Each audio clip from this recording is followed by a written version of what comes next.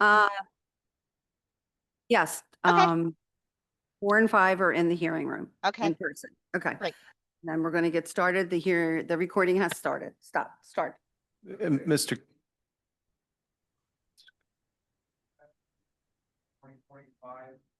Mr. Kelly, can you hear Mr. Miller? No, I cannot. Right away. Can you hear me now? Yes, sir. Can you hear me now? Okay, today is October 2nd, 2025. The Board of Building Standards will begin right now, and our agenda, we'll be going through our agenda. Okay, Deb? All right. Meg, can you tell us what the format you have? If anybody's late or not coming or canceled or continued, please? Yes, I can do so. Hello, everybody. So we have MI dash 2025 dash 004246 as being rescheduled. Rescheduled. Okay, that's Chancellor Street, right? Yep. okay. Yes. We have case number 2, MI 2025 dash 004294 of 531 Hopnagel Street. That violation has been complied. Okay, go ahead. Number 3, MI 2025 005 for 13 North 3rd Street. I received an email that he asked to reschedule his hearing. A continuance? So he's requested a continuance. If the board wishes to grant it, we can reschedule his hearing. Yeah, okay, I don't have a problem with that. Does anyone else? Aim? Just what was his reasoning? I don't know. I just received an email from, I'm so sorry. Do we know his reasoning? Yes, I sent it to you in an email. It was an attachment, but Victor Gordon, continuance request.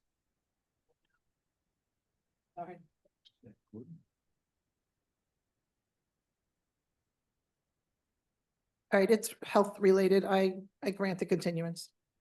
I agree. I agree. Okay, and I also agree. All right, let's move on.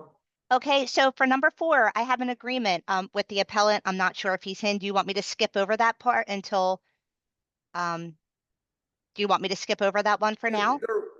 4 and 5, the appellants are here. Okay, Yeah. so we can skip over them for now.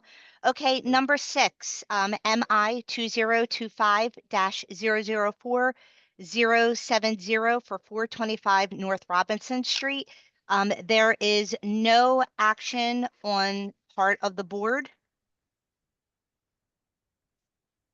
Okay. have to tell them why. Why? I'm sorry, my Okay, files that's okay. dropped on the floor and I'm trying to, You dropped I- on the floor. It's okay. I had It's been them all one of ready. those- I had them all ready to go, and then I turned my chair to grab my pen and I knocked everything on the floor. So everything was in order. I was so prepared. Okay. So So, number 6, you're saying the appellant Jerome Henry, that- yeah, if that you, that L&I does not have an action against this property anymore? Is that? well, but Jerome Henry is an expediter who applied on behalf of someone who is no longer the owner of the property.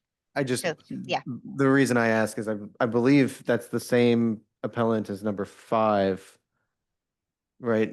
The expediter is trying to, Correct. that Jerome Henry's in the hearing room. that's, But they're two different, right? They're two different reasons. So this one, for 425 Robinson Street, he is the expediter for, but the person he's the expediter for is no longer the owner of the property. So for this one, no action on part of the board.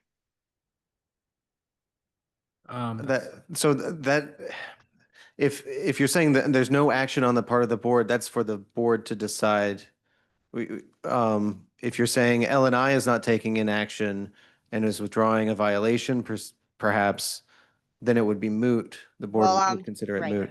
I'm not going to withdraw the violation as there's still a violation on the property. We just have to notify the new owner. But as far as this hearing's concerned, Mr. Henry can't testify to a property that the person that he was hired by is no longer the owner of the property. So Should the appeal be withdrawn? Well, no, it if sounds the like appellant LFA. is not present, the appeal can't be withdrawn. If the appellant isn't present, we can dismiss it, or we could also accept Ms. Flade's representations and consider it moot, perhaps. Let's consider it moot. Easy as anything else. But then what? It just, I'm sorry, it just wasn't clear to me what no action on the part of the board meant. that's how I was trained. No action on part of the board means the board can't, to my knowledge, this is what they can't make a decision on something or it can't be heard because No. the person who's applying for it is no longer the owner of the property. We can dismiss for standing. For not- Well, if Or the, for if the dismissal. appellant isn't here, we can't dismiss for standing, but we could dismiss for failure to appear. Yeah, exactly. Okay, all right, we'll vote on that. We'll dismiss on failure to appear. We would have to call the case and ask the appellant if they're present Okay, before we vote on it. all right. Read it into the record. This is case number 6 on the agenda, MI 2025-004070 for 425 North Robinson Street. Sylvia Kaba is the appellant. Okay, is anyone here from 425 North Robinson Street? Going, yes? Yeah, Oh, it's been completed. It was completed before the transfer. No, if you could. I thought you said they were, okay. Oh, okay. All right. You're Jerome Henry? Yes, sir. All right, there we go. Okay. Okay. Okay, well, just sit there for a second. Meg, can you go over the rest of them? I can, okay, and then all right, one of the ones on Chester Street have been complied, but the other one is still open. Do you want me to read that one as well? Yeah, let's do it, yeah. Okay, so for I'm not sure which case goes with which case. There was 2 separate appeals.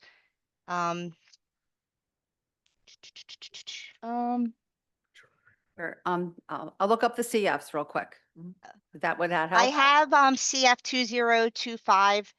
2025-008120 for 5723 Chester Street. That's the clean and seal one. That case has been complied.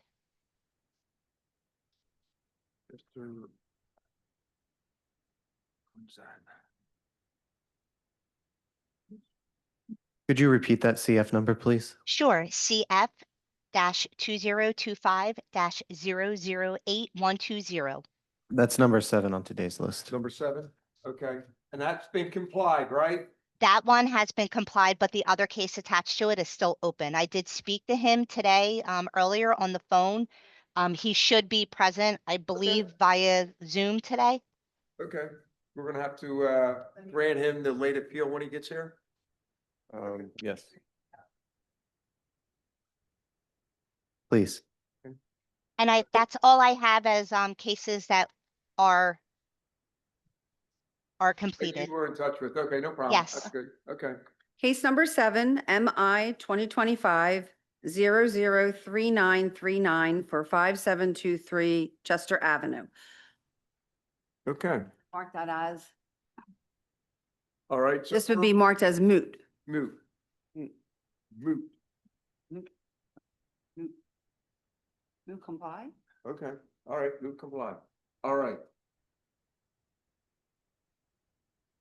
All right, now we're gonna do 425 North Robinson, okay? It's case number 6. Mr. Henry, could you please raise your right hand? Swear to tell the truth, nothing but the truth? Yes. Okay, Meg, could you give us a rundown on this case? Wait, this person's no longer the owner. Are we allowing Mr. Henry Ms. Flade, you've raised an issue of standing. Right. Does the board have an opinion on standing of the expediter for the case on this property? Does he have a letter that says he can fill in for the owner? In general, this board has not recognized standing for non-owners and uninterested parties. Okay. So Kaba, yes, Kaba Sylvia is no longer the owner of the property. Okay. Yes, I swore him in already. yes. Yeah. Mhm. So Yes. is he allowed to speak? That is at your discretion, sir. Okay, let's hear it. Yes, I'm the legal representative and I complied with everything that's been completed. It shows in the computer system with Eleanor that everything has been complied with and completed. She actually transferred the ownership of the property to her husband. And so before she did that, everything was completed and complied with. So before she sold it, it was complied with, but she just transferred the ownership to her husband because they both were like a partner. Megan, do you have any record of that? Of Uh, that, being compliant? yeah, I'm gonna 755. I have. Would you like I- an executive session to discuss the matter of standing? Yeah, that'd be a good idea. Okay. Yes, that would be a good idea. All right, we're gonna have an executive session. Just hold on one second. Okay, we're taking a vote on, read it into the record, 425 Robinson Street. MI 2025-004070 for 425 North Robinson Street. Okay, we're taking a vote because Mr. Henry does not have standing, and I agree with that. I agree to dismiss for standing. I agree as well. I agree to dismiss. All right, Deb? All right, now, the next case would be number 4 or 5. You guys are in here 4 or 5? Okay, so why don't we go to number 4? Okay? Like Crease Street? Okay, yeah, Crease Street. Okay, Creases in. You're the next one. I'm sorry. You can have a seat right there in the front. Okay, 1251 Crease. yep. Mr. Henry. So the mic is still on. Yep. So they'll swear you in and issue. Okay. Okay, this is, first of all, are you a lawyer? Do I look like one? No, not really. Yeah, Okay. yeah. You know, not to offend anybody, but no, I'm not. Close. So I have to swear you in. Could you please Okay. raise your right hand and state your name? William Whalen, William Whalen, you swear to tell the truth, nothing but the truth? I do. Okay, Deb, read it into the record. This is case number 4 on today's agenda, MI 2025-004539 for 1251 Crease Street. Yes. I'd like to crease in your. Okay. Meg, could you tell us a little bit about Crease Street? Sure. Hello, Mr. Whalen. Nice to Hello. talk to you again. Yes, ma'am. So Mr. Whalen and I spoke the other day on the phone. The unsafe case was written to the property on 6/3 of 2025. And he files an appeal here in July. Per our conversation, has a contractor in line to do the work, engineer to do drawings. So we came to an agreement to have a permit under review in 60 days. Okay. Thanks, Meg. Thank you. Mr. Whalen, are you okay with that, having a permit under agreement within 60 days? Yes, if I can. Am I going to have access to be able to purchase the permits? Because I've heard some challenges about getting permits. But I mean, will I be able to purchase a permit for these repairs? You would have to apply, right, the engineer. If I would- have those Yes. items, the engineer's report, Right. a contractor. Yeah, You are they a would- licensed engineer with the city of Philadelphia? Yes, I have that report. Yeah, you can go for your permits, right? I can't see why not.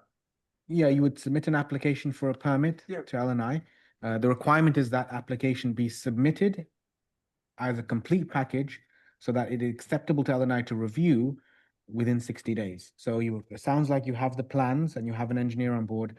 You now just need to fill out the permit application and attach those plans to that document. But I do that down at L&I. You can do that online or in Or- person. at No. It's unsafe. I don't believe you. Can you apply for unsafe permits So- online? So No. it Yeah, would be in so person. Okay, then you have to do it in person. And just Now, make sure you can have he a- do that, or does a contractor have to do it? as the owner, he can, or he can have his Contractor. license, right, He's his gonna have his contractor. contractor do it, pull the Right. permit, sure, okay, you Just- can certainly do that. Just make sure you have a licensed contractor Yeah, with the he does. city. He has everything you need. I have, in the process of getting that, trying to get these guys to come in and do things in a timely fashion is a little challenging these days, so. Yeah, they're busy. So, Yes. Mr. Whalen, I'm only gonna ask that if you have any issues when that 60-day is coming, you know, close and you may not have everything, just please give me a call and just kind of give Yeah. me like an update, okay? Sure, right. but so L&I takes all the paperwork.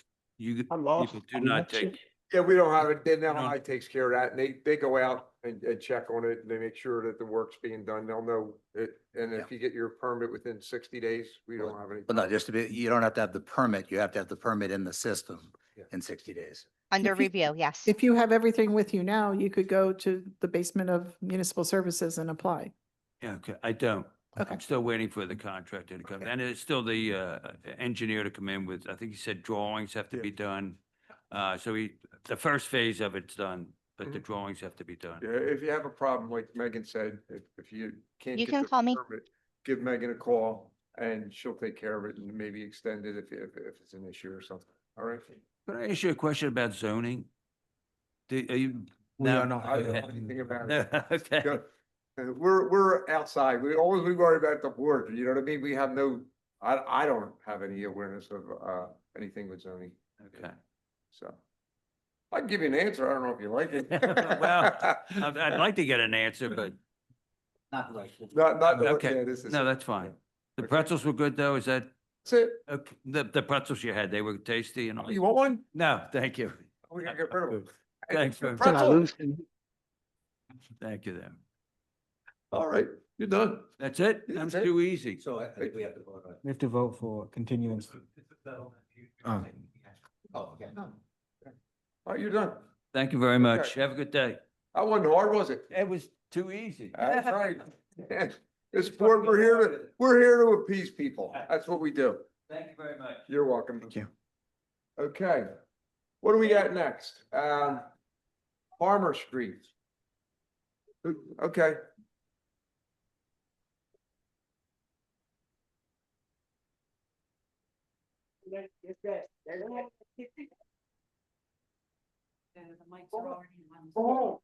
Bernard? Yes, sir. Okay.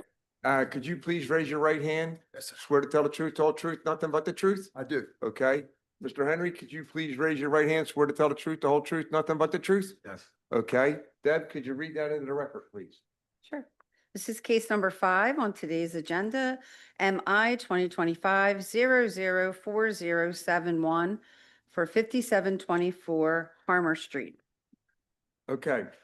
Deb, you got anything on Harmer Street? Or, Meg, I'm sorry. So I don't know, am I supposed to say no action on the part of the board or moot? There is a permit RP 2025-010119, make safe permit under review as of September 25th. So they are moving to comply with the violation. That typically makes our decision moot. Let's move. Yeah. Okay. Okay. Good luck. Thank you. Thank you, sir. Boy, he said a lot today. All right. See you guys. I like M cases. We're moving along quite quickly today, aren't we? That's right. Okay. Let me get these out there. Come on. All right. And case number Chester Avenue. 8, yeah, case number 8, Chester Avenue. Is anybody here from Chester Avenue? 5723? Is Quentin Evans here? Going once. Is anybody here from Chester Avenue? Going twice. Is anybody here from Chester Avenue? Okay, we're moving on. Megan, you have an issue or anything, you know anything about this case? You're on mute. Can we confirm service that they know I that they're here spoke today? to Mr. Evans this morning, or actually this afternoon, prior to today's hearing. We did speak, to my knowledge, he said that he asked if he should be at the hearing today. I did tell him that it was in his best interest to, be here. I couldn't tell him not to come, but he probably should. We did have a conversation, where the notes from the area inspector is that the work was done without permits. I did instruct him that I was going to request that he supply an engineer's report to the department within 60 days to certify that all the work that was done without permits and inspections is safe, as all the work was done without a permit. But he is not here, so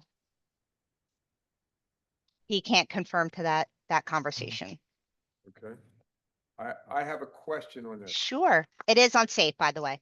Okay, my question is, if somebody had work done without a permit, what do you do? What do we do? The unsafe designation would remain on the property until the owner supplies the department with a document from a licensed engineer that states that the property is safe. At that point, we would upload a copy of the engineer's report to the case. And if the engineer's report indicated that no work was needed, we would close out the unsafe condition per the engineer's report. Does he get fined double the Yeah. permit fee? Well, if there's an unsafe condition on the property, when he applied for a permit, yes, there would be a double fee because of the violation. But in this sense, we would, if the inspectors kept going out to the property, which they're mandated to do because of the unsafe case, filing fees would accrue. So What do they you would. mean- What do you mean filing? Or I'm fees? sorry, re-inspection fees. I'm sorry, I misspoke. Re-inspection fees would keep accruing on the property until it came into compliance. Okay, now I got a question for that. Sure. Is the fees equivalent to double the permit fee? I don't know how much the permit would be, so whatever the permit would be, it would double on Right. our end if so there are no re-inspection fees on this case yet. But if the inspector went out again, the first time it would be $100 re-inspection fee. When he went out again, it would be $200. And after the third time and every other time, it would be $350 every time he went to the property. Okay. And- But, here's the but. I believe that double the permit fee should be charged, okay? Because if that wasn't, and then the fee's going out. The But he's, violations in the city of Philadelphia do not pull a permit fee, you're charged double. And so the going out for a re-inspection, that's all separate. It should be double the permit fee before you send that inspector back out there. no, they're mandated per the code to go out every 30 days to inspect an Every unsafe 30 or property. 35 days, okay. 35 days to go out and inspect an unsafe property, 10 days for imminently dangerous. The work was already done. The department is asking for an engineer's report. He's not going to pull a permit. He's going to supply the It department. doesn't make any difference to me. I'm Right. just talking to you. The thing is, on the books, if you don't pull a permit and you do work, it's double the permit fee. End of story.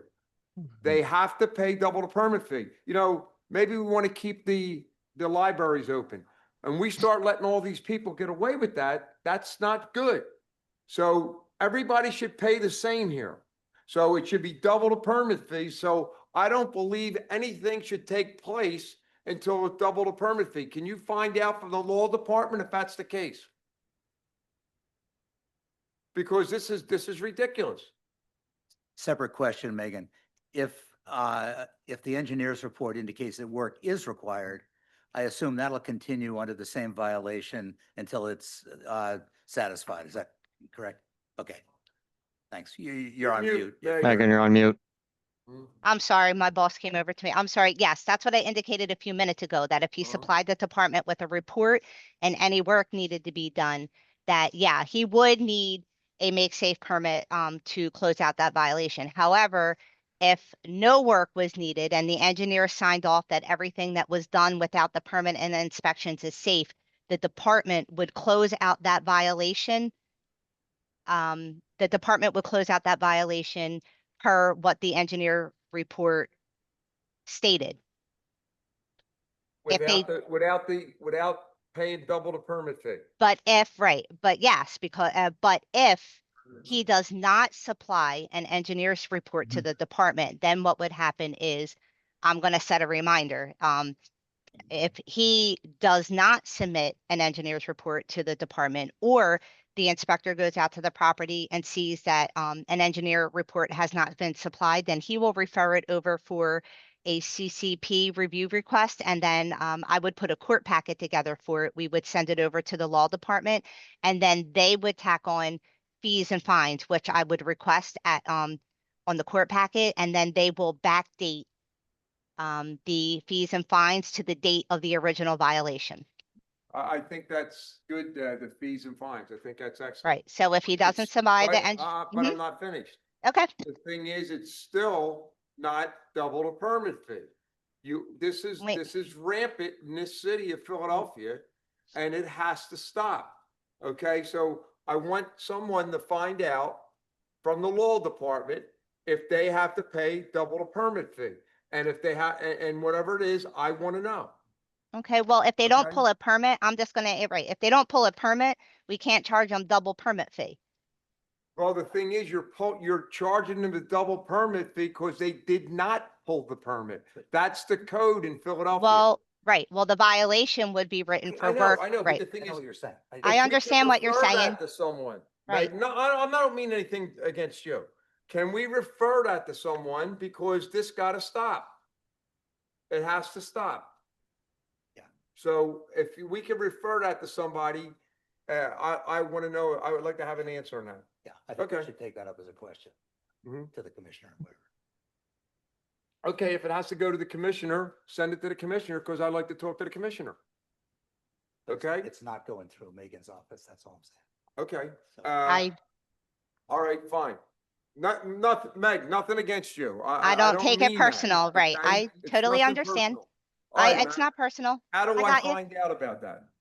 I never even heard a question posed like So- that Because before, it's the so rules. I'm talking about the Well, codes that are I being not understand. enforced. How do I find out? Right, so what I Megan, could, he's asking that of So- Matt. I'm asking here. Matt. okay. Not Okay. of you, so. What do I do? That's okay. I mean, I'm in the law department. To my knowledge, the law department doesn't assess the fees. If it goes to court, then we fight for the fees that L and I requests. But That's not the rule. law doesn't, We could- um, Is- I don't enforce the rules as a. We can, I know law that. department. I think I Governor. can maybe try to, maybe, just to kind of, ease your mind, yeah, Wayne. but Yeah. If work is done, there is a violation that can be written for work done without a permit. So Mhm. they can write violations for work done without a permit. It's still not gonna make them get a permit. It's just gonna write a Well, I don't care violation, if they right? ever get a permit. It doesn't make any difference as long as they pay what they have to pay for not having a permit. That's all. That's what we want here. That's what I want. we could do an executive session not related to a board hearing where we can go over the procedure that LNI has codified, just for knowledge. I'm always available for executive session. Okay. Okay. Yeah, I think we all agree it's a policy that should be there and should be enforced, and we need to figure out how to do that. I don't think that's part of this process that we're going. Okay, but the thing is. I'm I just a want- low man on the I totem know, pole, hey, right? Meg, it has I nothing- understand. It has Totally nothing to do understand. with you. I okay? totally understand, Wayne. All I, right, I okay. promise right. I understand. Because the thing is, this is a disgrace in this city and it should stop. The money the city loses from this nonsense that goes on and not finding them properly is millions and millions and millions of dollars. Okay, I estimated 25 years ago, because of this nonsense, they were losing $20 million a year. And that's what happened. And because they don't pull permits and they let it go. So if they didn't pull a permit, and somebody didn't catch it and the house fell down, they're gonna blame us. I don't like that. So that's why I'm saying it kills us. It kills this city. And I live in a city. And I don't like it. Okay, let's move on. We do need to confirm service for case number 7. For 8, right? Sorry, eight. Okay, what's the next one, Deb? So how are we disposing of case number 8, Chester Avenue, Quentin Evans? The thing is that, when they bring they had to bring a permit in to see what they were doing, right? No, for the hearing, I believe it's dismissal for failure to appear. Yeah, okay, dismissal on So, failure to can we, appear. confirm service? Okay, I agree with Oh, wait. dismissal on failure to So appear. let's make sure that the letter went to the right address and that he, Let me read it into the record and confirm service. Go ahead. Okay. We have to be perfect, but they don't, but go ahead. Case number 8, MI 2025-003941 for 5723 Chester Avenue.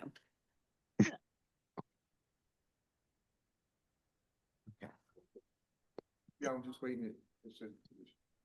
So a hearing notice was sent out on August 20th, 2025 to the address of Quentin Evans, 5723 Chester Avenue, Philadelphia, PA 19143.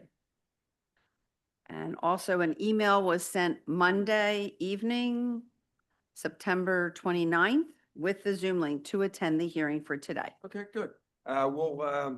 We'll dismiss this on failure to appeal. I agree with it.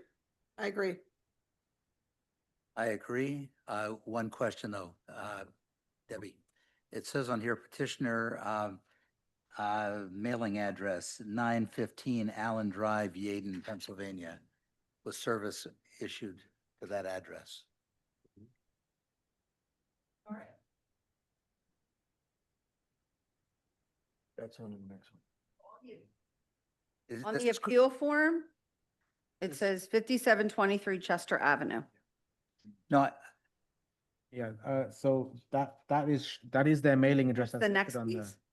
on- sorry. 45th Street. I'm sorry. Okay. No, that's okay. No, I. All right.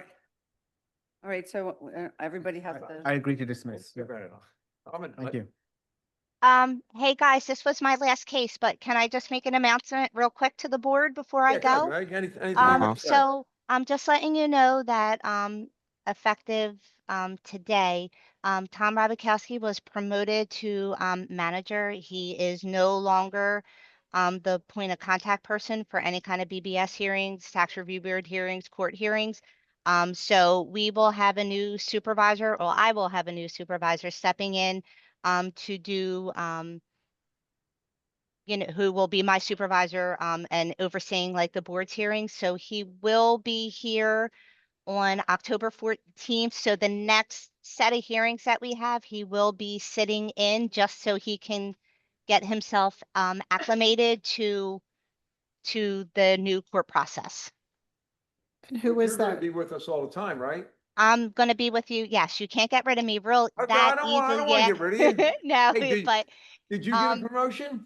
I did not, but I probably Oh. should. I probably should. I probably do Hey, a you whole gotta lot ask more me than for it. I'll represent you. I probably do a whole lot more than I get paid for. But I want you to get paid more. I agree. wish I did too. But Richard Quigley will be the new supervisor over our court program. So effective on the 14th, when he comes to the floor, he will be over all court process. So he told me he would be sitting in on the 16th. Yes, on the hearings on the 16th, just so he can get familiar with the process in case Yeah, we I don't have am a not problem. here anymore. So Tom is moving on to better things. He will still be here, but just in Moving the on up. background.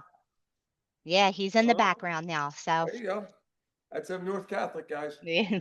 Yeah. But you still get me. Fantastic. We like to have you. Well, Meg, I don't worry appreciate about it. Thank you. Okay. But that's all I have for today. So if you don't need me, I'm gonna check out. All right, Meg. All right, This- everyone. Excuse me, I'm Yes. sorry, I think- this is I the, think- this is the reporter. We still have number 9. Oh, Yes, we still have number 9. Yeah, we have one more violation. Oh, We my do- goodness, I We was- do, but there is an announcement on that. I thought, Megan, you knew there's no, there's no announcement on number 9?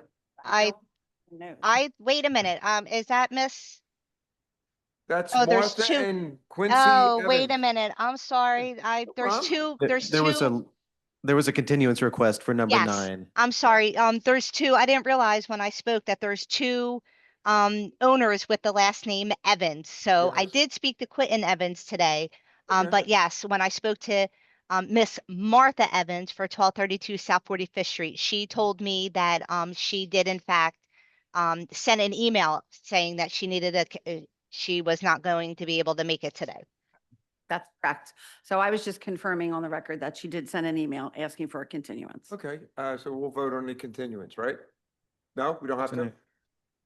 Do you The need- continuance doesn't affect their rights, but you can just grant a Yeah, we continuance. grant we grant the continuance. Okay. Okay? I'll grant. Megan, I think that's everything. Great. Well then, all right, so I gave my great speech and there was already, there was one more hearing to hear, but in Hey. any case, It was good. The speech was great. this moved by pretty quick, right? Yeah. All Uh, right, Tom taught thanks, me Meg. well. Have a All great right. day, everybody. You too. Thank Bye, Megan. Thank you so much. Hi, Megan. Yeah. If you got them.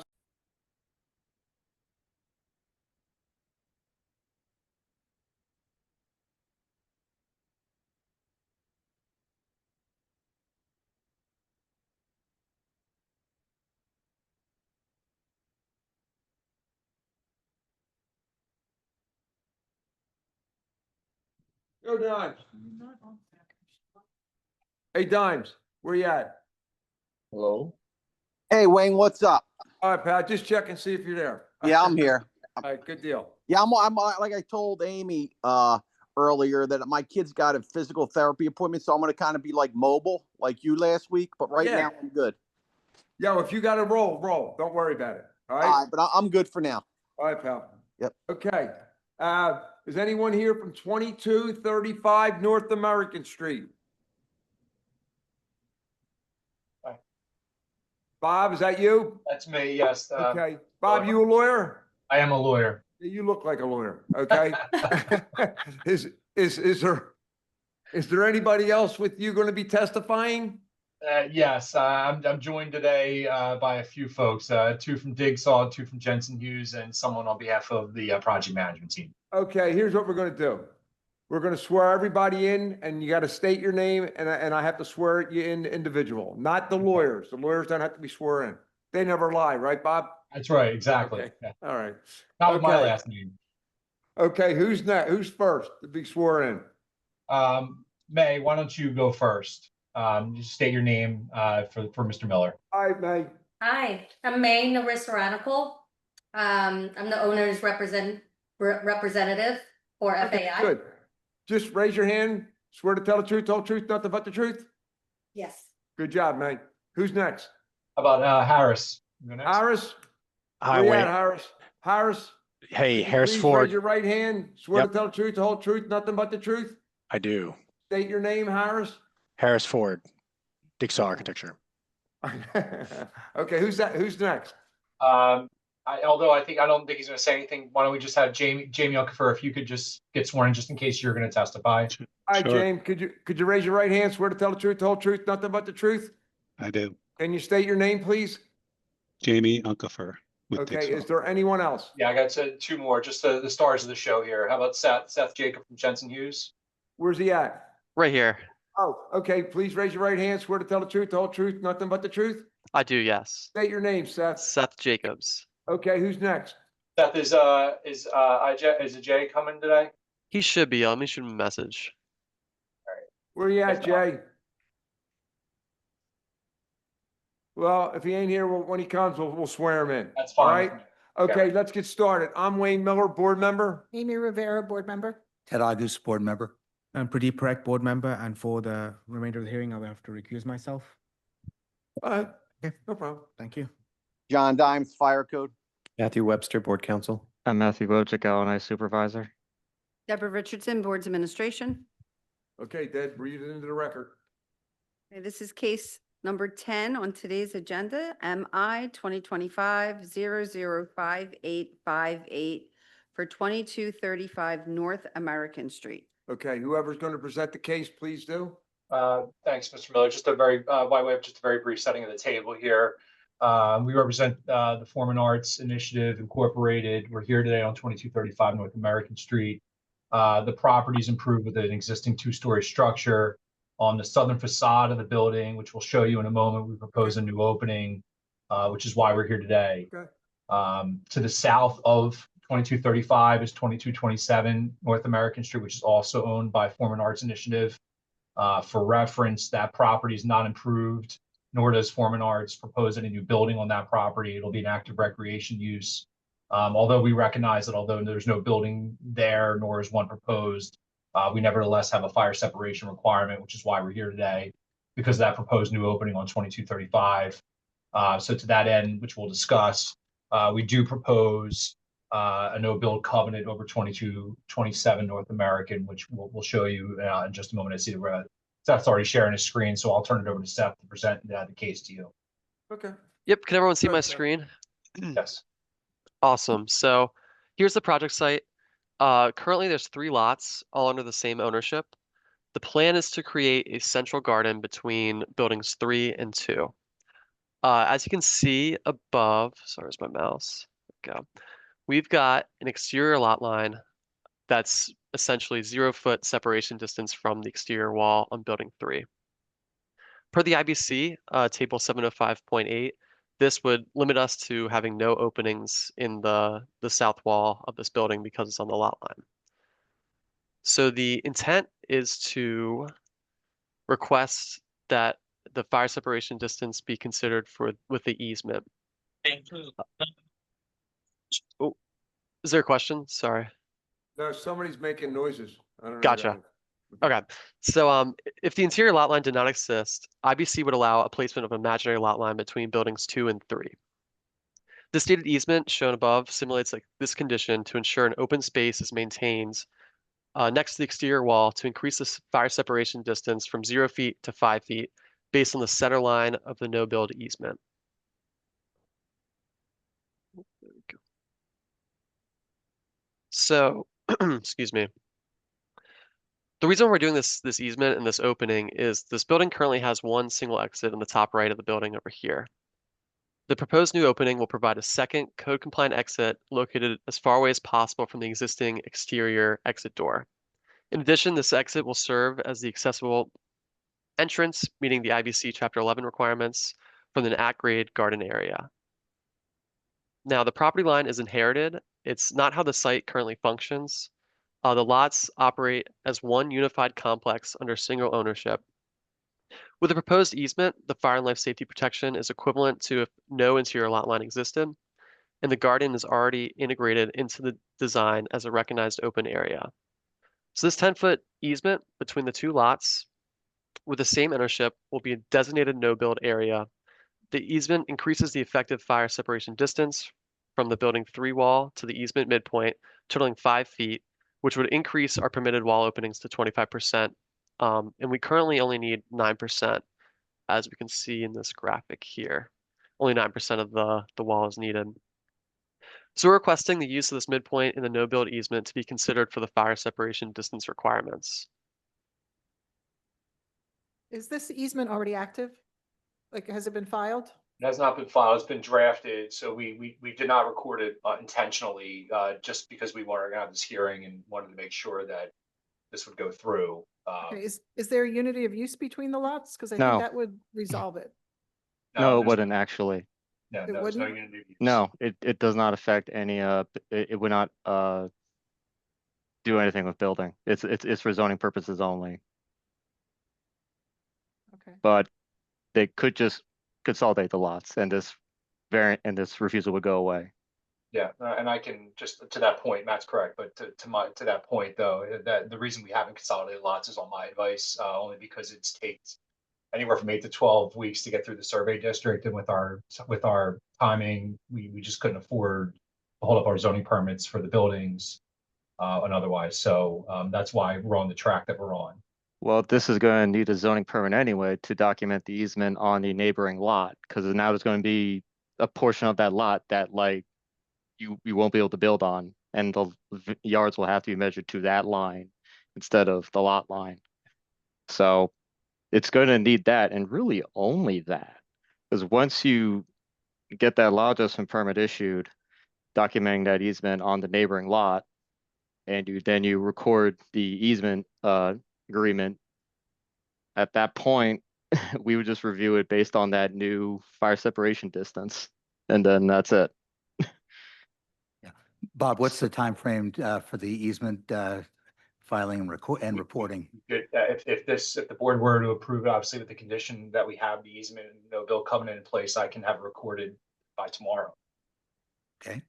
It's drafted, submitted. I believe it was I believe it was submitted draft copy to the board, but if not, it's ready to go.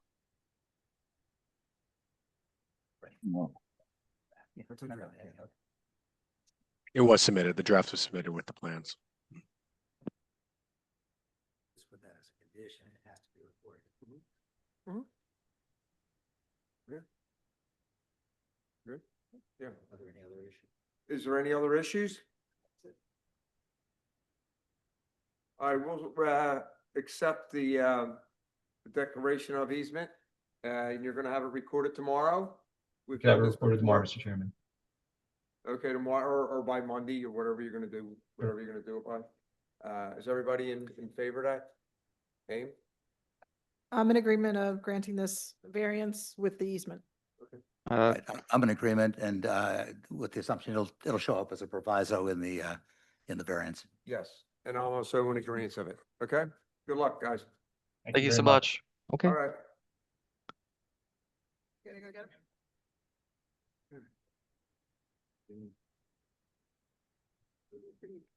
Where'd he go? Where'd Steve go? I'm really surprised they recorded that quickly.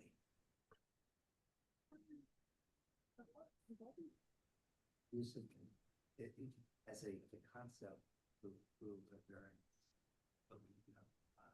we're selling conceptually, but it doesn't, L and I doesn't for building.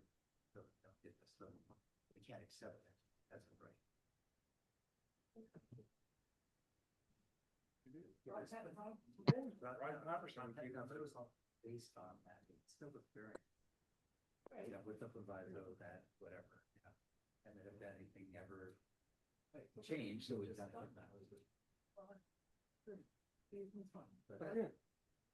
We've given so many variances with these uses. We also gave. Or that's where you like, we're giving it. No, we're telling them they're gonna use it. They just didn't have it use, why, not blurted out that that was not enforced. But we've done that a million times. Oh, okay, so it's.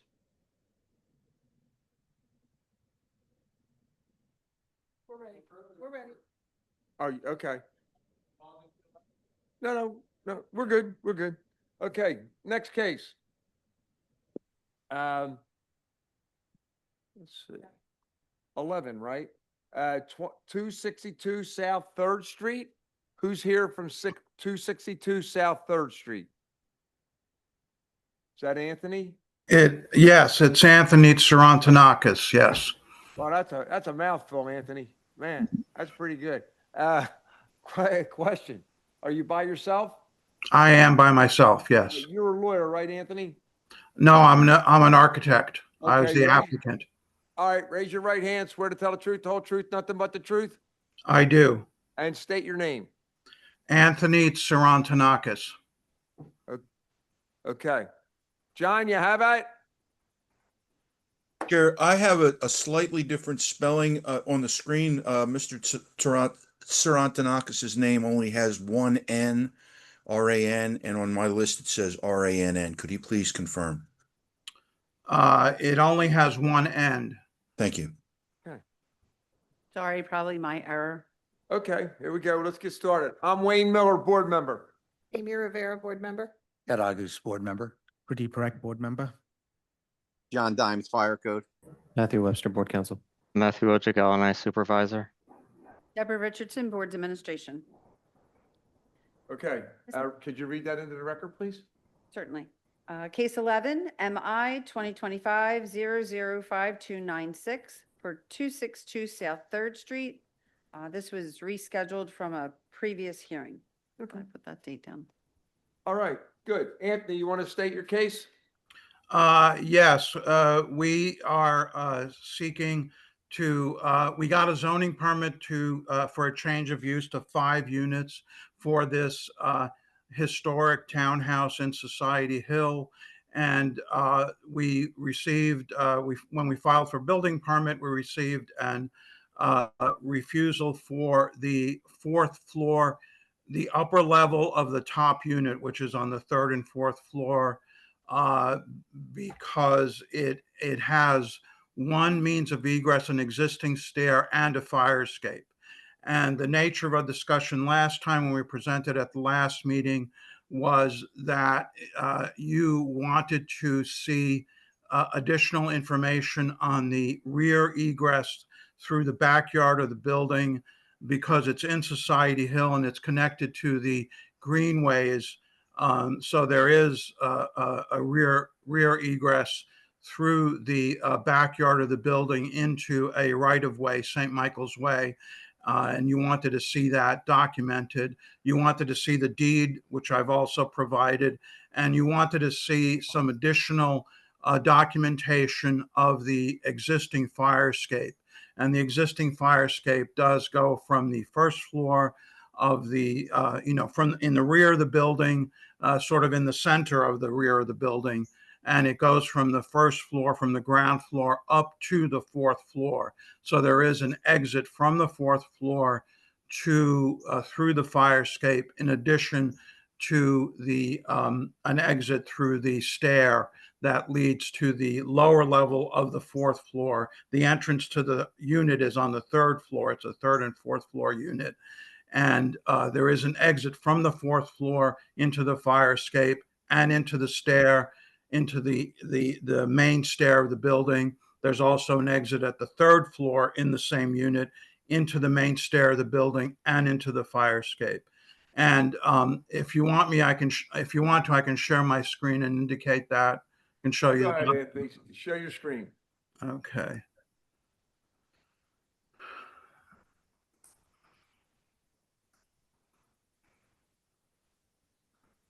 And, okay. Do you see my screen? Yes, we do. Okay, so let me minimize it a little bit so you can see this. Okay, so here is the site plan. This is the building here. This is 3rd Street. This is St. Michael's Way to the west. So the building is here. This is the rear yard area. And then this is the alleyway that's part of the, again, part of the greenway system. These are the Society Hill townhouses that are part of the Society Hill complex that's all throughout that part of Society Hill. And so you exit into this alleyway, and then you have 2 ways to get to St. Michael's Way. If you go north, you can go through a gate here that's into an open plaza, and then that leads you into St. Michael's Way. You can do that if you go north. If you go south, you do a kind of a dog leg, again, through an alleyway into St. Michael's Way. And then that St. Michael's Way is a street. It's an alley, a pedestrian street that leads to Spruce Street to the south, and then leads to 4th Street to the north. And so you can see where I've taken some pictures. This is the alleyway. The house is kind of where that little tree is there. This is the alleyway right behind the house, and then this is facing south. But you can see the alleyway. This is the gate. That's actually a gate on the where the letter B is that leads you into this plaza, which is here. And then this is actually St. Michael's Way. It's a pedestrian street. So that's in one direction, and then this is in the other direction. This is the direction going south. Again, through that alleyway, going south through the dog leg. This is the dog leg part of that alleyway. This is the gate that's here. And then again, you're going into St. Michael's Way here. So that's the way you get out of the building from the rear. Just to be clear, it's St. Joseph's Way, am I correct? And not St. Michael's Way? Okay. It is. Okay, I just want that clear on the record. Oh, I'm sorry. I was confusing. I was got my saints wrong. Sorry. That's St. Joe, St. Mike's, whatever. Then the other part of this is to describe the fire escape, and again, just to go through the set of drawings, we included the site plan in our set of drawings, which we just went through. Then we have an elevation of the fire escape. Again, from the fire escape is located here, sort of at the separation of the front part of the building and the rear part of the building, where right at the central exit stair, and it goes up from the it is at the second floor, the third floor, and then you can see this little part that's on the fourth floor.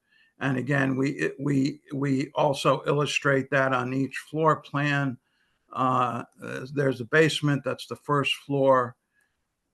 This is the second floor, the third floor. I'm sorry, the third floor, second floor, third floor, and fourth floor. And you can see that in the fourth floor, you can go down to the main stair. This unit is again a third floor, and a fourth floor is one unit. So on the third floor, you're going out right into the main stair and also out into the fire escape. On the fourth floor, in the same unit, you go down that stair that's within the unit, and then we created a corridor that leads you into the fire escape that takes you down from the fourth floor to the third floor landing of the fire escape. So the variance or the refusal was really for the second means of egress on the fourth floor. And so we were just trying to illustrate that in fact there is a second means of egress on the fourth floor. Anthony, is the fire escape certified? The fire escape is, I don't have the answer to that. I don't have the answer to that. It was filed as part of, it was filed at some point as a, at LN9. It did receive a building permit. I don't know, as part of this renovation, I don't think it's been certified. So as part of this renovation, we intend to have it certified. Okay. We'll put that in a proviso. All right. All right. Anything else? Are there windows adjacent to the fire escape? Yes, there are windows adjacent to the fire escape. In other words, there's on the second floor, there's a window actually that's going from this bathroom into the fire escape. Are On the third floor, again, there's a window that's going from the bathroom into the fire escape, and also a window that's going from the stair landing into the fire escape. On the fourth floor, you have a window that's going from the corridor we created into the fire escape, and also from the bedroom into the fire escape. Okay. And then from the fourth floor,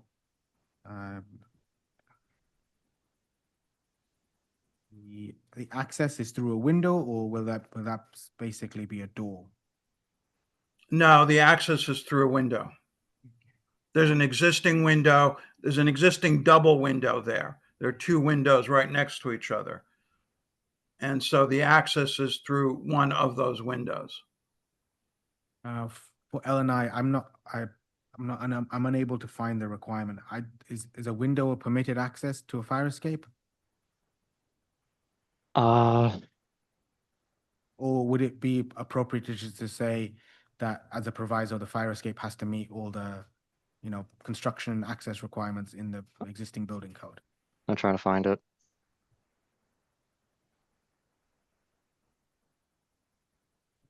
Fire escape access and details.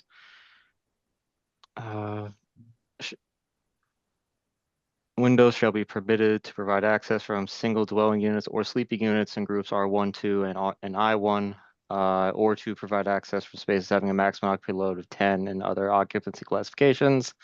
Has to be at least 5.7 square feet. In this case, they're all above grade, so it has to be at least 5.7 square feet. Net clear opening height of 24 inches. Net clear opening width of at least 20 inches. It all starts to sound like the rules for emergency escape and rescue openings. Bottom shall not be greater than 44 inches above the floor and shall be operational as per the constraints of the IBC. Okay, so yes. So but there's more to it than just the window. Yes, so it's more than just yes. Yeah. So Mr. Sharonakis, what I'm getting at is we would expect this fire escape to meet all the dimensional requirements in the code. Yes, I understand that. Okay, so like window sill height, things like that. They're not shown here, but that would be the intent of the of our proviso. Okay, I understand that. Anthony, can you show that elevation of the fire escape again? Yes.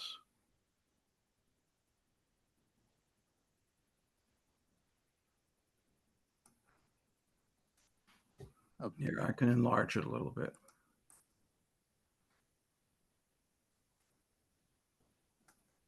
Okay.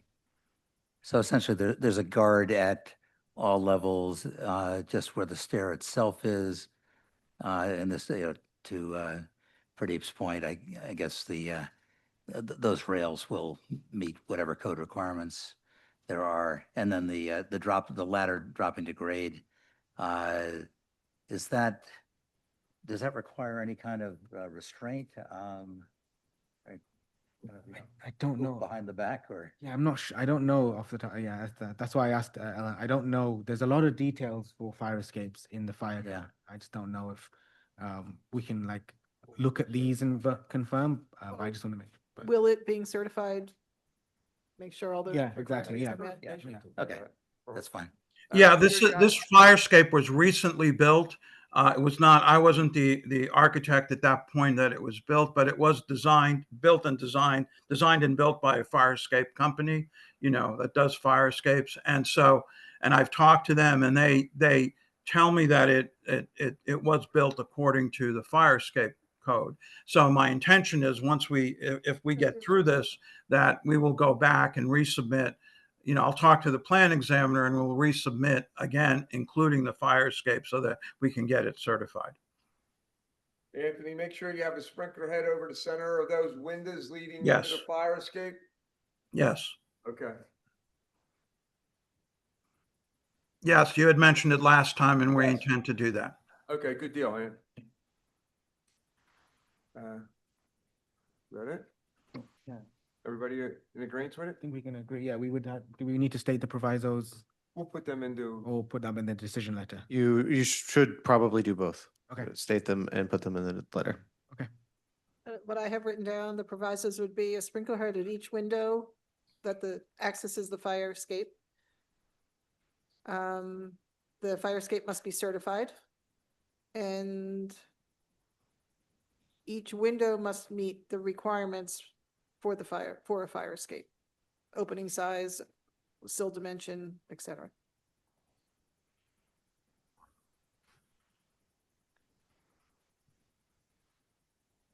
All right, do we want to vote?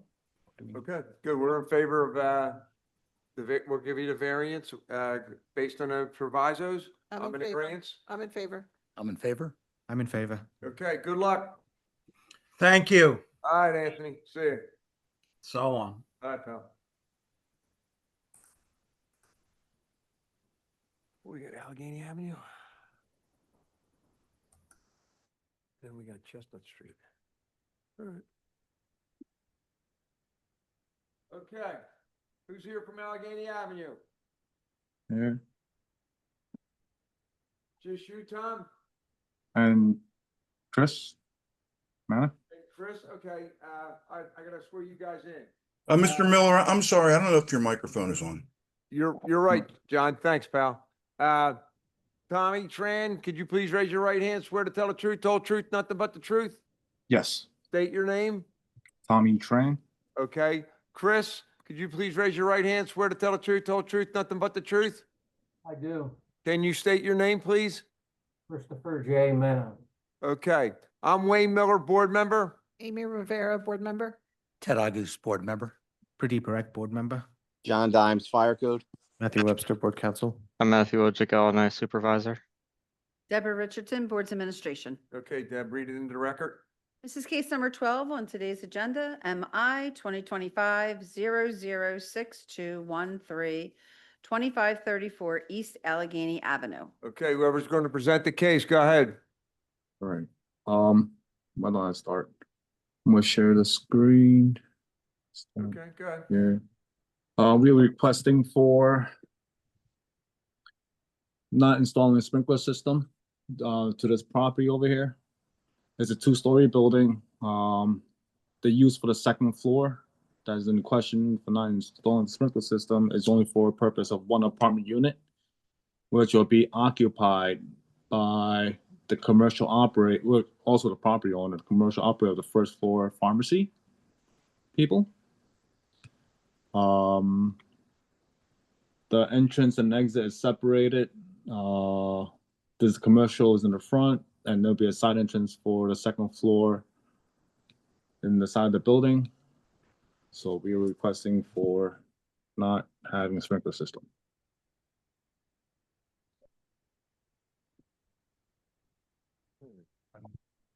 So what alternative additional protections are being proposed? There's a fire alarm system that's going to be updated. And what is this? What is the second floor currently used for? Right now is emptied, but then again, it's going to be requesting to renovate it to be a single family, one apartment unit. On the record, though, what was its previous use? It was an office, but then again, they never, they got the approval, but they never renovated it. They passed zoning, they didn't do building. Do you So have it's any just- photos? Is there any photos?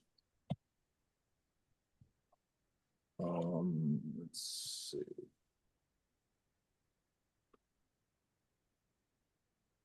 If I may, while Tom's doing that, I would like to point out two things. If he could be sworn in. Yeah, I He swear, man, was. that's Chris, right? I swear Chris in. Oh, sorry. Go ahead. Go ahead, Chris. Item one is the use is a low risk. It's just a case of pharmacy, it's one thing I'd like to emphasize. And it's the owner, obviously, that works and lives in the same building. The second point is, I believe the plan states this is a 5B construction.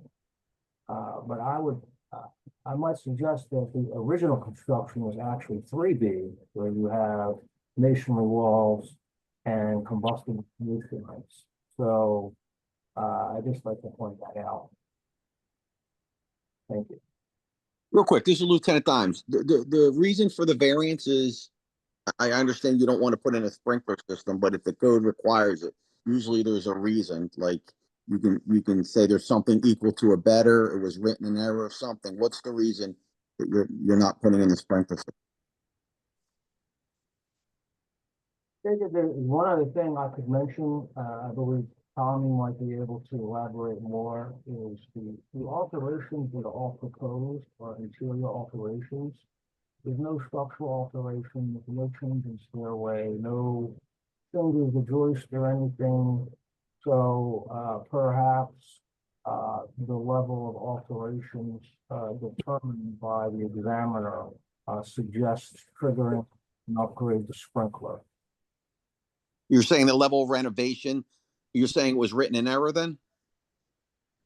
Well, we're suggesting that we believe the level of alteration is less or minor and should not trigger sprinkler. That is, okay. Doesn't matter. Yeah, I was going to have Elle and I just respond to that. Sorry. I believe it's because of the change of request, a change of occupancy. If Elle Yeah. and I could just speak to that point. Yeah, it's entirely due to a change from some occupancy other than Group R to Group R. And the level of alterations doesn't come into play here. Thank you for clarifying. Sorry guys, I currently I cannot find the interior photos of the existing. But I can share at a later point if needed. Yeah, well, due to funding such and such and the cost of putting in the sprinkler system, and also they don't want to affect the operations of the first floor's business. That's why they don't want to install the sprinkler system.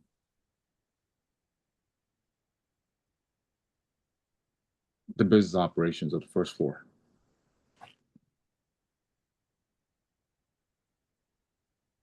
Well, I think we're gonna caucus for a minute, okay? So we Mhm. gotta, okay, so we're gonna put you on hold. Sure. Okay. All right, I'd like to ask Ellen I a question. What the rating for separation between the first and second floor, is it there now? There now. See here.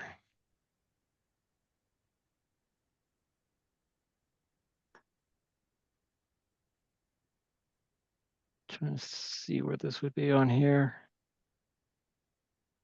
I'm not. The existing floor ceiling, it says it's a ULL 511 2-hour rated, 2 hour which rating? which 2-hour rating between something that is an R and R would be needed in a non-sprinklered building, which is anything that isn't 13 throughout. So a 2-hour rating between first and second floor would be correct with no sprinklers. So would that permit them to limit the sprinklers to the second floor? It could, as long as they had a like 2-hour rating between all Group R areas and all the rest of the first floor areas. So their stairway, because they have that little Oh, yeah, they stairway have that an goes open down to the stairway. first floor. So that would also have to be 2-hour rated to completely separate like the rest of the pharmacy, right? Yes. So the Um, pharmacy from anything that is Group R. At that point, it would be a 2-hour rated like fire area around the Group R, the new Group R occupancy, that is.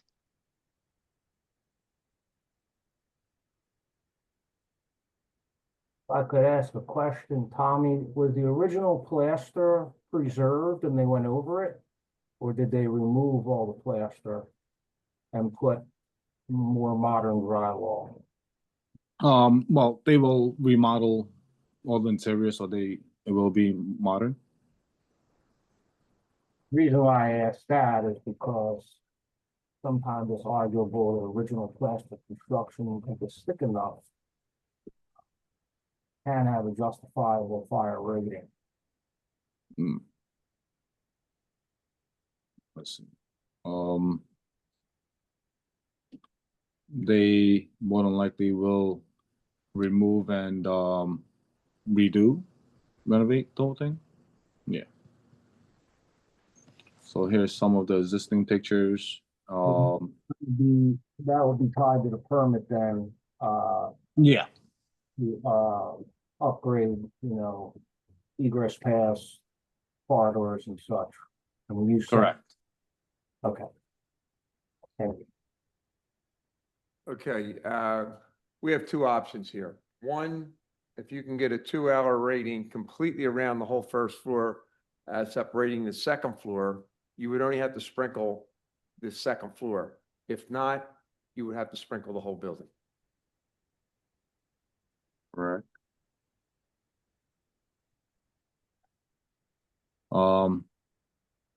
So we have to sprinkler. So a complete separation of first floor, but then second floor we have to be sprinklered. Now we have to do the whole property. If you don't have a 2-hour rating on the first floor around everything, then you would have to sprinkle the whole building. I see.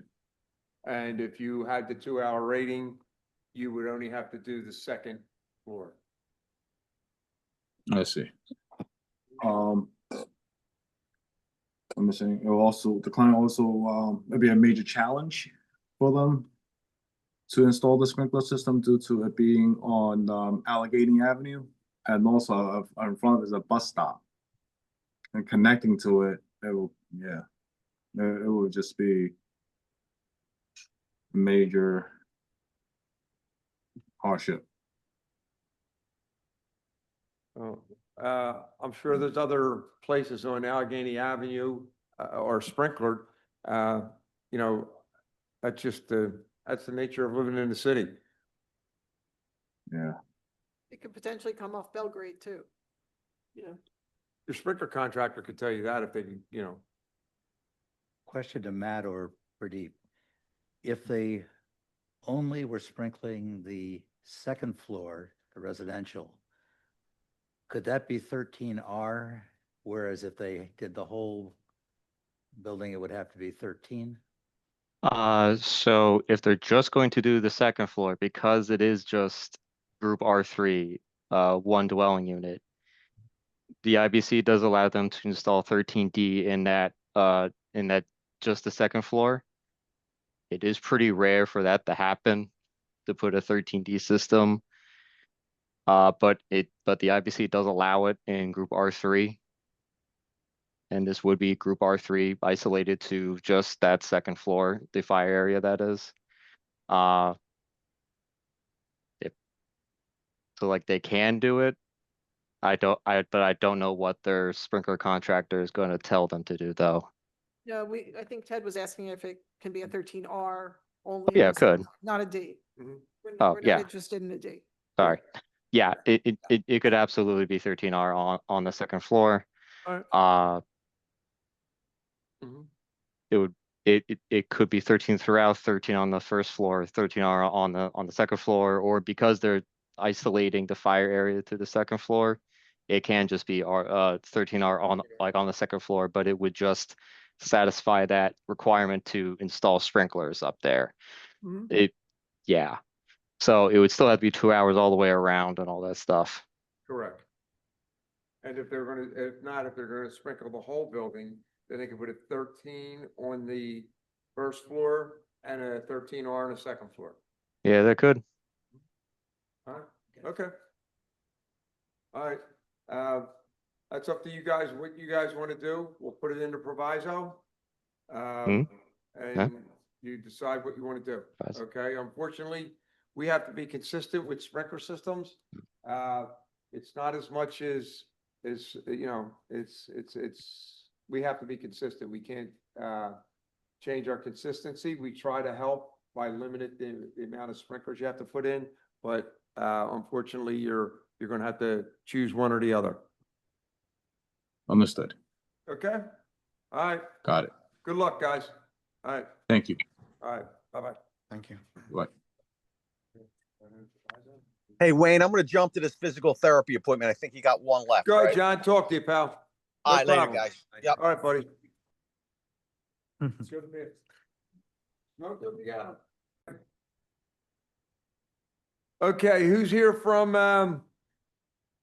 1301 to 1325 Chestnut Street? Wanamaker Building, What's your name? Jonathan Bro, JKRP Architects. With me, I have Mark Cartella, Jake Elganian, and Pat Doyle. All need to be sworn in. All right, okay, I gotta swear you guys in, all right? All right, we'll start with Pat Doyle. Raise your right hand. Swear to tell the truth, the whole truth, nothing but the truth. I do. Okay, Jake, raise your right hand. Swear to tell the truth, the whole truth, nothing but the truth. I do. Jake Elganian. Name? I'm sorry, could you repeat your last name, sir? Jake Elganian. It's ELGHAN as in Nancy, AYAN as in Nancy. Mark? Mark, you a lawyer? No. Okay. Do I look good. like Raise your one? hand.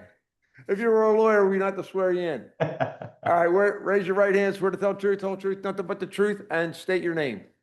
I do. Mark Artella. Okay.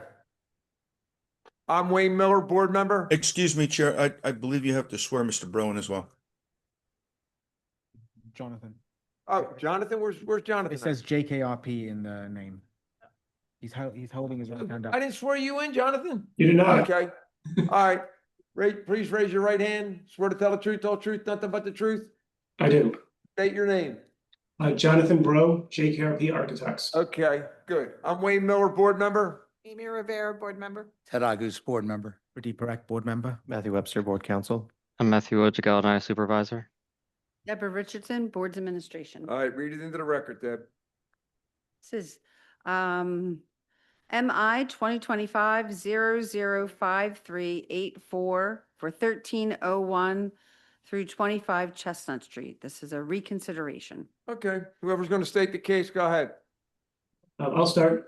As you know, a few weeks ago, we were here requesting temporary use for the Grand Court of the Wanamaker Building. During the inspection after that permit was granted, it was discovered that the sprinkler permit was not current. Sprinkler certificate, excuse me, was not current. And just a note, this building has several addresses, so it's very possible that that certificate wasn't necessarily matched up with the permit, so it was just a simple error. After that, we got Oliver Sprinkler involved to try and look at getting a certificate. They have been doing repairs to the sprinkler system.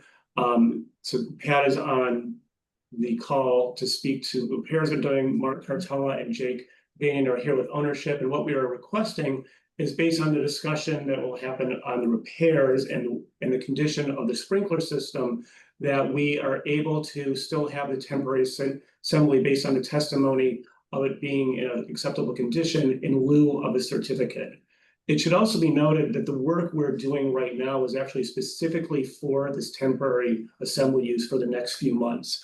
When we, as you probably know, we're going to do renovations of the building. As part of those renovations, there will be a new sprinkler system, a new fire alarm system that essentially doesn't require the current system to be operational. And I'll have Pat and or Mark kind of speak to the specifics of that.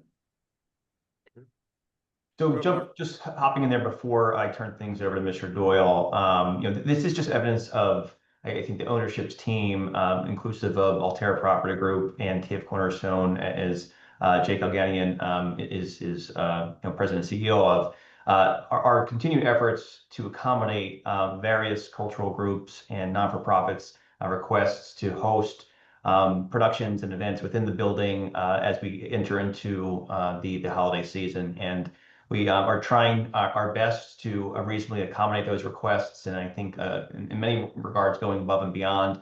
And so much so, the Oliver team has been in the building now recently doing performance testing and ensuring the operation and functionality of the existing fire pump, which has some redundancy as well with the other fire pump that serves the office condo on the floors above. And so with that being said, I'll turn things over to Mr. Doyle so he can elaborate on the existing system's performance and how we're confident that it will be a safe environment for these temporary productions and events as we pursue this temporary assembly use permit. Mr. Doyle?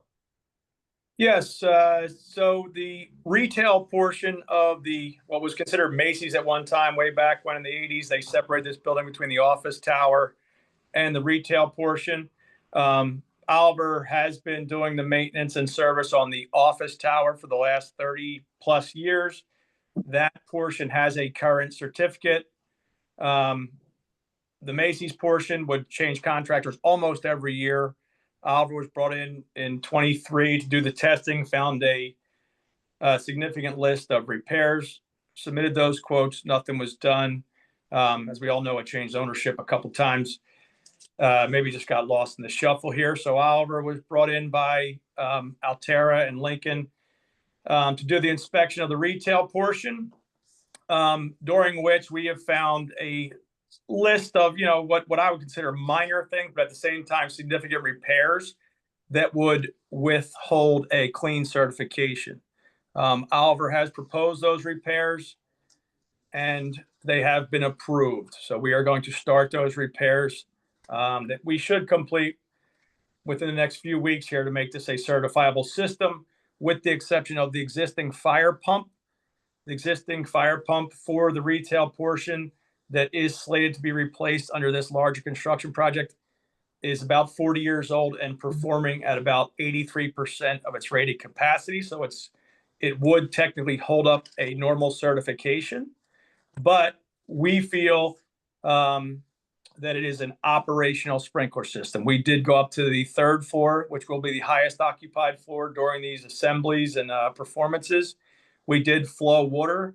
We did verify that the fire alarm system worked, provided audible alarms, and both the diesel fire pump, which is the primary, and the Wanamaker office tower pump, which is the electric, considered the backup, both kicked on and fed the highest floor of occupancy under this permit.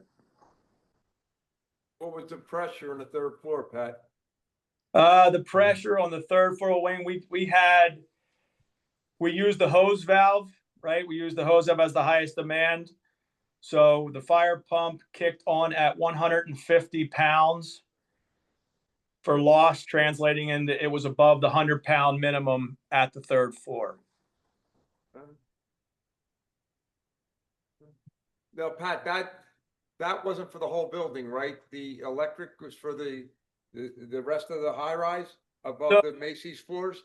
So at the time, Wayne, these were installed in a version of redundancy, but not quite redundant. So there is the office tower pump is a 1500 GPM at 175 pounds, while the retail pump is a 1500 at 125 pounds. They are tied in together with the use of a master pressure reducing valve.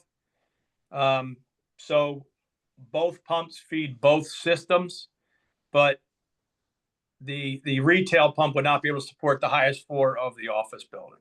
Okay. From a fire life safety perspective, is what I'm hearing that for the highest occupied floor, for the purposes of this temporary certificate of occupancy, the pump is or isn't exhibiting that it can provide the necessary flow and pressure? It is. It is? Okay. It's just the way a fire pump's tested at 3 points, which is churn 100% and 150%. This particular pump is about 83% at 100% of its test. So by the City of Philadelphia inspection form, it's actually question 71. We have to check no, because technically it's not meeting 100% of its rating. But it does meet the demand on the 3rd floor. I mean, it was rated greater than the demand. Yes. Understood. And how long you said you're going to be doing the repairs?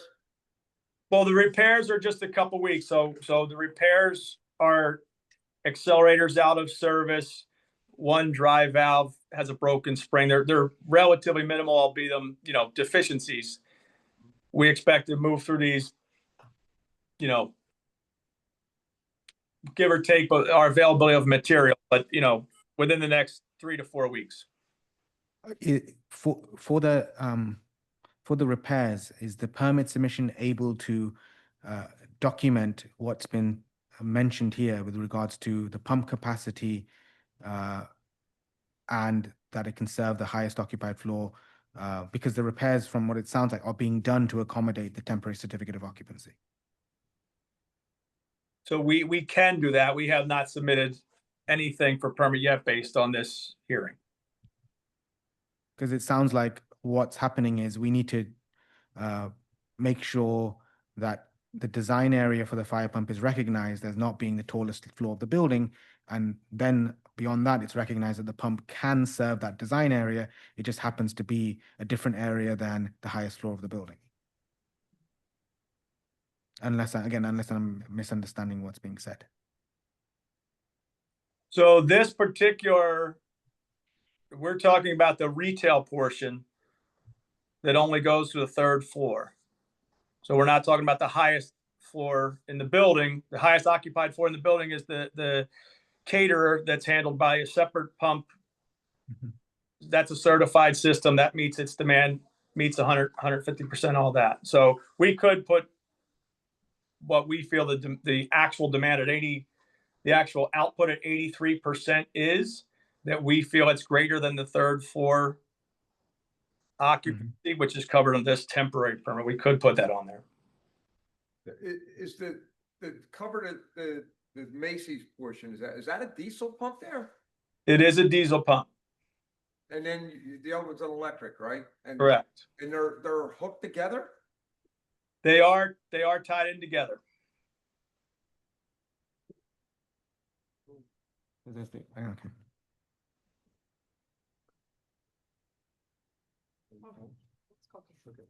All right, we're gonna caucus for a minute. Yep.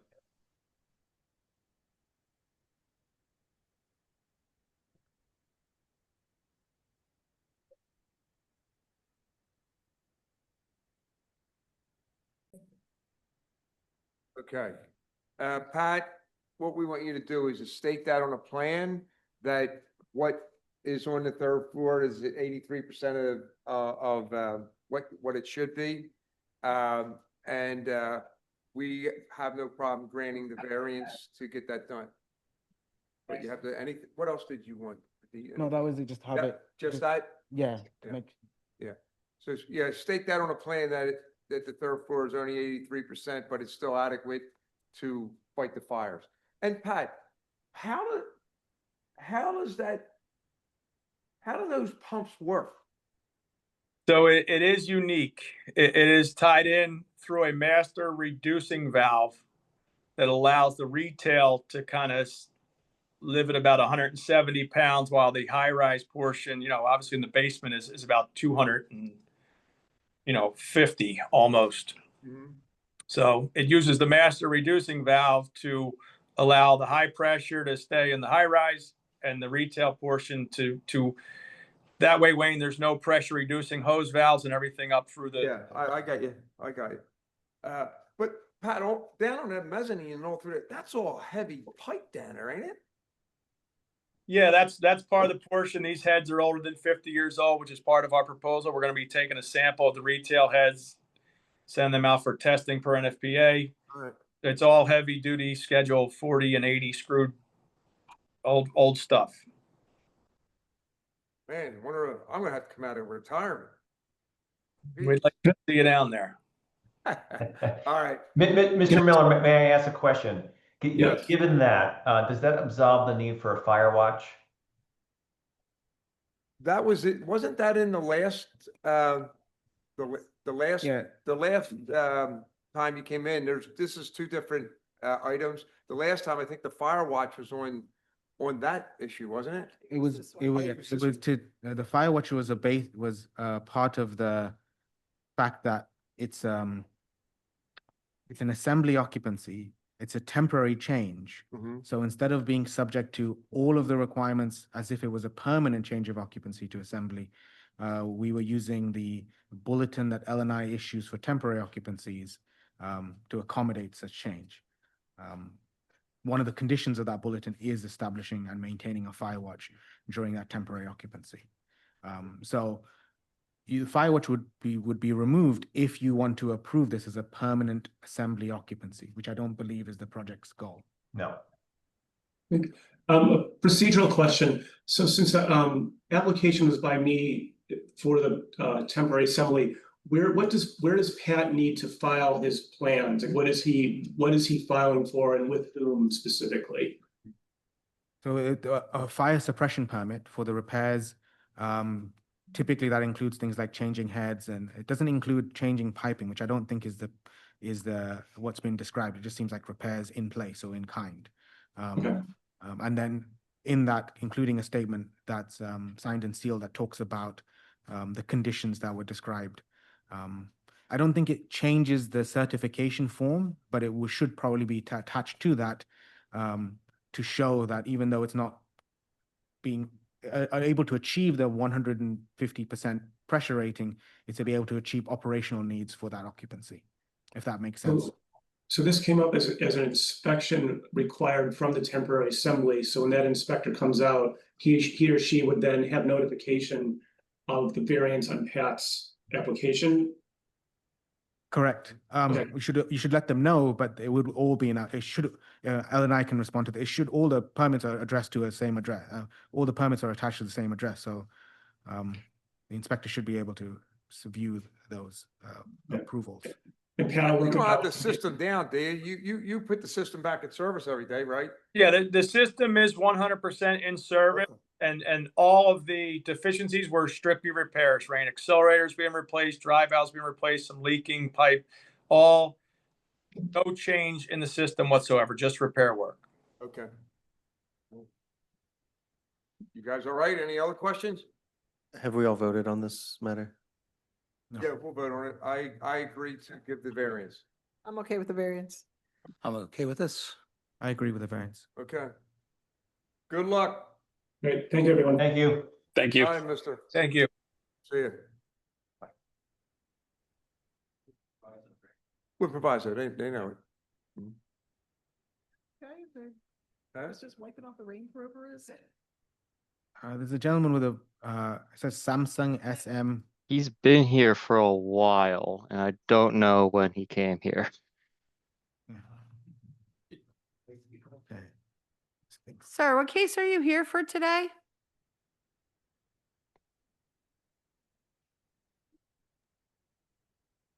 If you're talking to me, this is Quentin Evans. I was here Yes, for 5723 Chester Avenue. Sir, your appeal was dismissed. You were not present when the case was called. I was present. The link that you had, it just kept saying connecting, so I had to go out of it and manually put in this ID back through the Zoom app, and then the pictures came up. Okay, so because we've voted on it already, there are two options. We can ask that the appellant submit a request for reconsideration. We could also vacate our previous vote and continue the case for a later date. Okay, well, I was there. It wasn't connecting. Can we continue it, or? How about we continue it to the next hearing? So let's vacate the prior vote on the record. I vacate that prior vote. On the record, John's still here, so you can do that. John's probably still here. and then we'll have it at the next hearing. We'll need Megan's presence. Yes, we cannot hear this case today. We cannot hear your case today, but we can hear it on Thursday, October 16th. Does that work for you? Thursday, October 16th. Yes. Would it be the same link, or? Same link, same time, and I'll send it to your email. Okay, thank you so much. Hold on Okay. just for a second. So I don't know if you needed anything else to bake.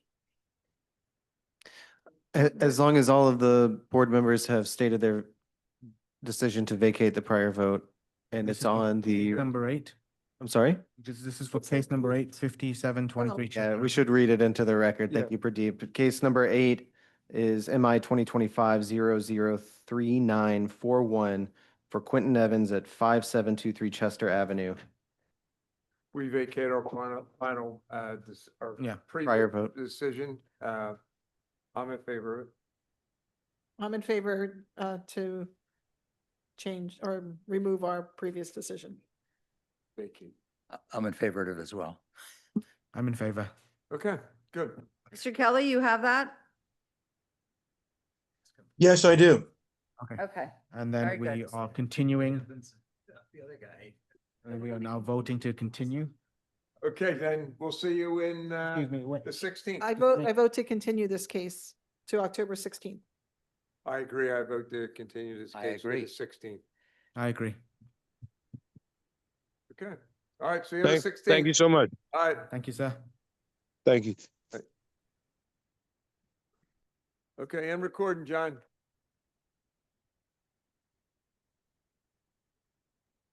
Okay.